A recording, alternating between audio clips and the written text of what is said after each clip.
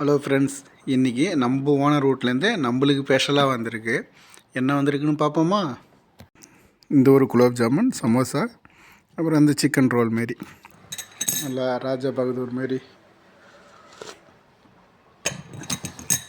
Sugar கொஞ்சம் கம்மியாகிட்டே இருக்குது. Chicken roll உண்மையிலே செம்மையாக இருக்குது.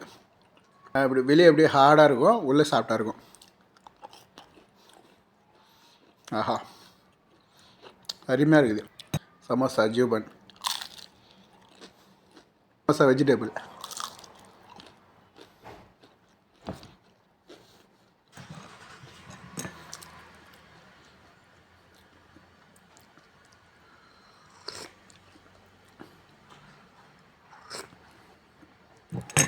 சரி ஃப்ரெண்ட்ஸ், பாய்.